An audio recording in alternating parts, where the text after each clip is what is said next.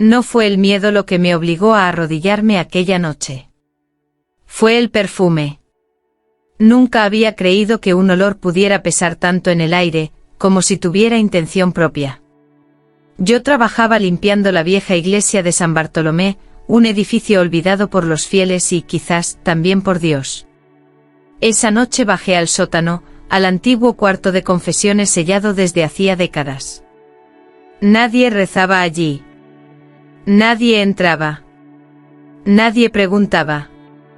Hasta que lo encontré. Un frasco pequeño de vidrio oscuro sin nombre, sin polvo encima, como si alguien lo hubiera dejado hacía apenas unos minutos. Cuando lo abrí, el aroma escapó lento, dulce, cálido, inquietante. No era un olor vulgar. Tampoco era puro. Olía a incienso y a piel. A algo sagrado que había aprendido a pecar. Sentí un nudo en el pecho. Mis rodillas tocaron el suelo sin que yo lo decidiera. Empecé a rezar. No porque quisiera, sino porque el perfume me lo exigía. Cada respiración me llenaba de recuerdos que no eran míos, culpas ajenas, deseos ocultos, oraciones pronunciadas con vergüenza. Entonces ocurrió. Mientras rezaba, escuché una voz muy cerca de mi oído. No venía del frasco. No venía de mí. Susurró mi nombre, con una ternura que me dio miedo. Dios también huele, dijo. Y no siempre huele a cielo. El frasco cayó de mis manos y se hizo añicos. Pero el olor no desapareció. Al contrario, se quedó conmigo. Y desde esa noche, cada vez que entro a una iglesia, sé que algo me observa. Algo que reza conmigo. Algo que espera que vuelva a olerlo. Nunca la vi entrar a la iglesia. Pero siempre estaba allí. La primera vez que la noté fue al amanecer, cuando el incienso aún flotaba pesado y el perfume, ese perfume, seguía pegado a mi piel como un recuerdo indecente. Ella estaba sentada en la última banca, inmóvil, con las manos cruzadas y la cabeza levemente inclinada, como si rezara desde mucho antes que yo llegara. No era hermosa de una forma evidente. Era peor. Tenía esa clase de belleza que incomoda, que obliga a bajar la mirada y al mismo tiempo provoca volver a mirarla. Cuando pasó junto a mí, el aire cambió. El mismo olor del frasco roto me atravesó el pecho, dulce, tibio, cargado de algo prohibido. Huele igual que aquí abajo, dijo sin mirarme, como si leyera mis pensamientos. No supe qué responder. Nadie sabía del sótano. Nadie sabía del frasco. A partir de ese día, comenzó a aparecer siempre. Nunca hablaba durante la misa. Nunca comulgaba. Solo observaba. Y la gente empezó a cambiar. Los fieles rezaban con los ojos cerrados y los labios entreabiertos, como si pidieran perdón por deseos que acababan de descubrir. Algunos salían llorando. Otros sonreían, avergonzados. Una noche, mientras limpiaba el altar, la mujer se acercó tanto que pude sentir su respiración. No temas al olor, susurró. Teman a lo que despierta.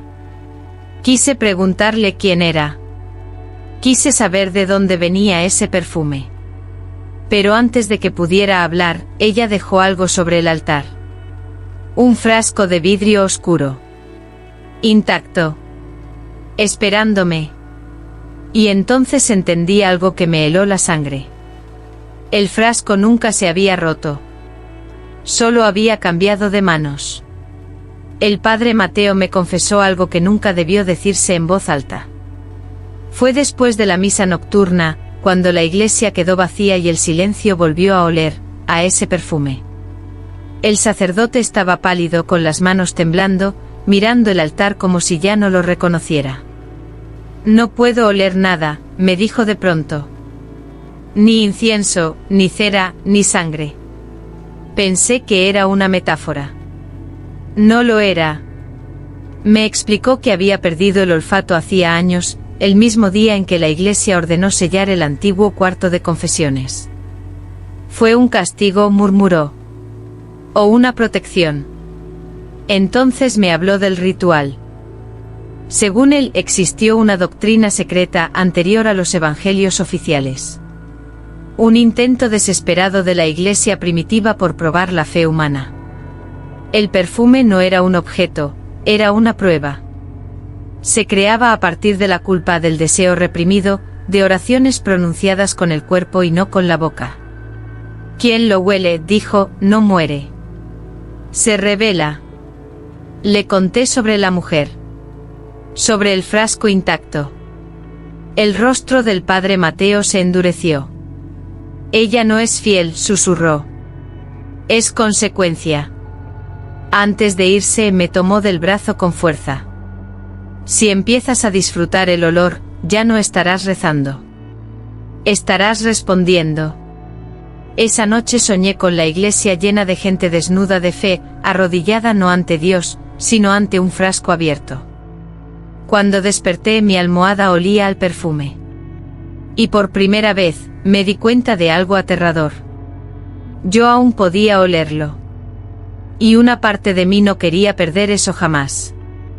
No abrió el corazón. Abrió algo más profundo.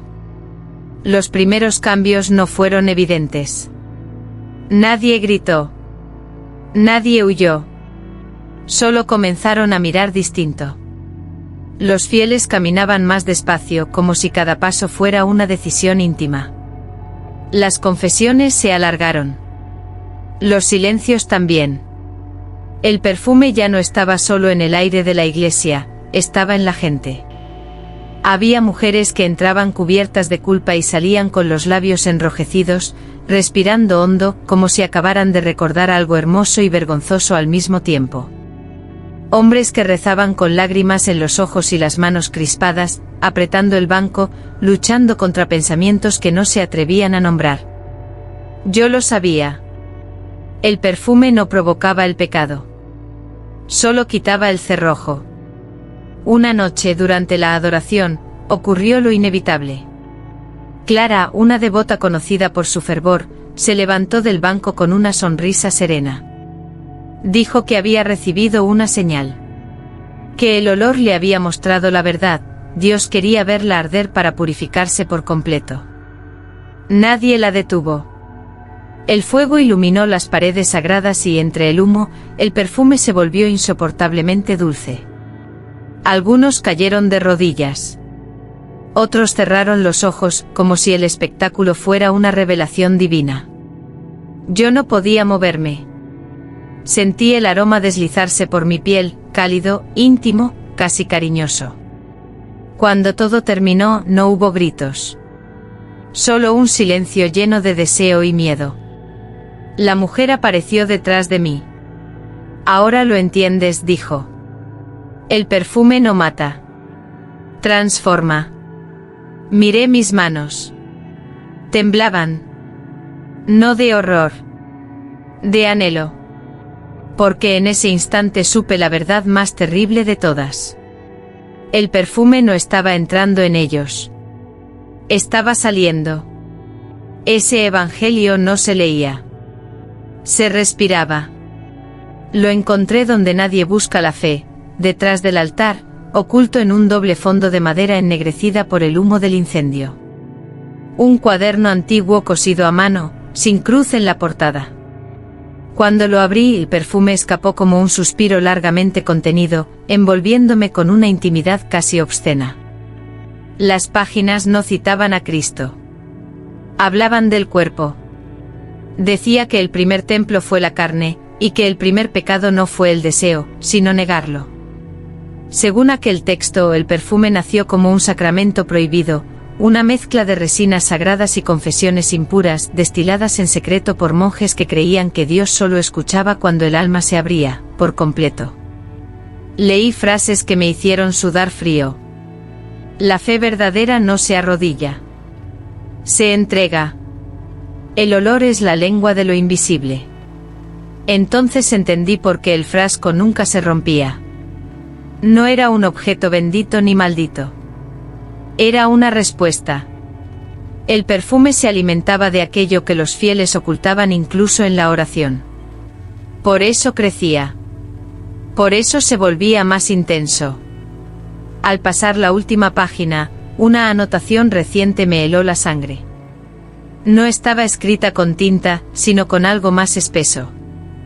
El Evangelio necesita un testigo. Sentí su presencia antes de verla. La mujer estaba detrás de mí, respirando despacio. La Biblia habla de salvación, susurró. Esto habla de verdad. Quise negarlo. Quise rezar. Pero el perfume ya me conocía demasiado bien. Y por primera vez me pregunté si Dios había abandonado esta iglesia. O si nunca había sido él quien respondía a las oraciones. No me confesé con palabras. Lo hice respirando. Desde que leí aquel evangelio, el perfume me seguía incluso fuera de la iglesia. En la calle entre la multitud, a veces sentía un rastro leve e íntimo, como si alguien acabara de pasar rozándome el cuello. Nadie más parecía notarlo. O quizá todos lo notaban y fingían no hacerlo. Volví al confesionario sellado. La puerta cedió con un gemido antiguo como si hubiera estado esperándome. Dentro el aire era denso, tibio. No había frasco a la vista, pero el olor estaba allí palpitando. Me senté donde antes se arrodillaban los fieles y cerré los ojos. Pensé en mis culpas. En mis deseos. En todo lo que había pedido perdón sin querer renunciar. El perfume respondió. Sentí que algo se abría en mí no como una herida, sino como una rendija largamente negada. Imágenes llegaron sin pedir permiso, oraciones dichas con el cuerpo tenso, miradas que duraban demasiado, la sensación de ser observado y deseado al mismo tiempo. No había vergüenza. Solo una claridad brutal. Eso es confesar, dijo la voz de la mujer, surgida de la oscuridad. Dejar de mentirte. Quise levantarme, huir, pero el aroma me sostenía como unas manos invisibles. Comprendí entonces lo que el padre Mateo había querido decir: si empezabas a disfrutarlo, ya no rezabas, respondías. Cuando salí del confesionario, algo había cambiado. El mundo se veía igual, pero yo no. La gente me miraba distinto. Más cerca. Más expuesta. Esa noche al lavarme las manos, noté que mi piel conservaba el olor. No importaba cuánto agua usara. El perfume ya no estaba afuera. Había aprendido a habitarme. Y en el fondo de mí, una pregunta empezó a crecer, lenta y peligrosa. Si aquello era pecado, ¿qué se sentía tan parecido a la verdad? La empezaron a llamar la santa antes de que yo supiera su nombre. No fue la iglesia quien la proclamó. Fueron los fieles. Decían que su sola presencia calmaba la culpa, que al pasar junto a ella el pecho se aligeraba y la oración fluía sin esfuerzo. Nadie notaba, o nadie quería notar, que a su alrededor siempre flotaba ese aroma tibio, dulce, peligrosamente humano. La vi de rodillas frente al altar, rodeada de velas. Sus ojos estaban cerrados, los labios apenas entreabiertos. No rezaba. Escuchaba. Cuando se levantó, la gente se apartó con respeto, como si temiera interrumpir algo sagrado. Yo sentí otra cosa, un estremecimiento antiguo, un reconocimiento involuntario. Nunca fui elegida, me dijo después, cuando la seguí hasta la sacristía. Fui preparada. Me contó que el ritual no nació del infierno, sino del miedo. Miedo a un Dios silencioso. Los primeros monjes crearon el perfume para obligarlo a responder, usando lo único que nunca ocultamos del todo, el deseo.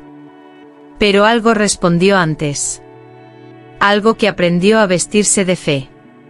Yo fui el primer recipiente, susurró. No envejezco. No muero. Solo espero. Esperaba a alguien que pudiera llevar el perfume sin romperse. A alguien que aún dudara. Me miró como se mira a un espejo. La santidad no es pureza, dijo. Es resistencia. El olor se intensificó, envolviéndonos.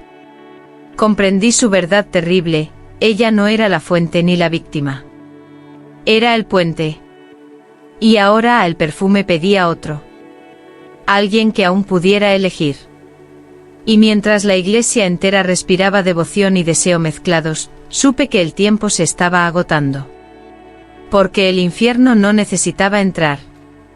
Ya había aprendido a rezar. Cuando el perfume comenzó a desaparecer, supe que era demasiado tarde. No se fue de golpe. Se retiró como lo hace la marea, dejando atrás una humedad pegajosa en las paredes, en los cuerpos, en las miradas. La iglesia estaba llena esa noche. Más que nunca. Nadie quería perderse lo que todos sentían venir, aunque nadie pudiera nombrarlo. La santa estaba de pie frente al altar. Ya no parecía una mujer. Parecía una forma. El aire vibraba a su alrededor, cargado de una dulzura tan intensa que dolía respirar. Yo estaba entre la multitud, con el pecho ardiendo, consciente de que el perfume me abandonaba, y de que algo más tomaba su lugar. «Ha elegido», dijo ella, sin alzar la voz. Las velas se apagaron al mismo tiempo. Un murmullo recorrió la nave, una mezcla de súplica y alivio. Entendí entonces la verdad final del Evangelio oculto: el perfume no era la presencia. Era la invitación. Lo que venía después no necesitaba olor. La gente cayó de rodillas, no por fe, sino por una necesidad profunda de entregarse a algo que los mirara sin juzgar. Yo avancé hacia el altar. Cada paso era más ligero. Más vacío. Sentí como el último rastro del aroma salía de mí con un suspiro tibio. La santa me tocó el pecho. «Ahora sabes», susurró. «El infierno no castiga. Acepta». Y desapareció. La iglesia quedó en silencio. No hubo fuego. No hubo gritos. Solo un entendimiento colectivo pesado como una absolución torcida. Cuando salí al amanecer, el mundo seguía igual. Demasiado igual. Pero desde entonces, cada vez que alguien reza cerca de mí, noto algo inquietante. Ya no huelen a culpa. Huelen a decisión. Y en ese aire limpio sin perfume, comprendo lo más aterrador de todo. No hay vuelta atrás cuando la fe aprende a desear. Creí que todo había terminado cuando el perfume desapareció. Creí que el silencio era una forma de absolución. Me equivoqué. Meses después, volví a pasar frente a la antigua iglesia. Las puertas estaban cerradas. No había velas. No había fieles. Sin embargo, al cruzar la calle sentí algo familiar, no el aroma, sino su ausencia. Un vacío tibio como una respiración contenida. Entonces lo comprendí. El perfume no había sido un demonio. Había sido un maestro. Nos enseñó a escuchar aquello que siempre negamos en nombre de la fe. Nos mostró que el infierno no vive bajo tierra, sino en el deseo reprimido que aprende a rezar. Y cuando aprendimos la lección, ya no lo necesitamos más. Ahora, cuando alguien se arrodilla para orar, no pide perdón. Pide permiso. Y yo sigo oliendo algo distinto. No es incienso. No es azufre. Es la libertad, cuando deja de ser inocente.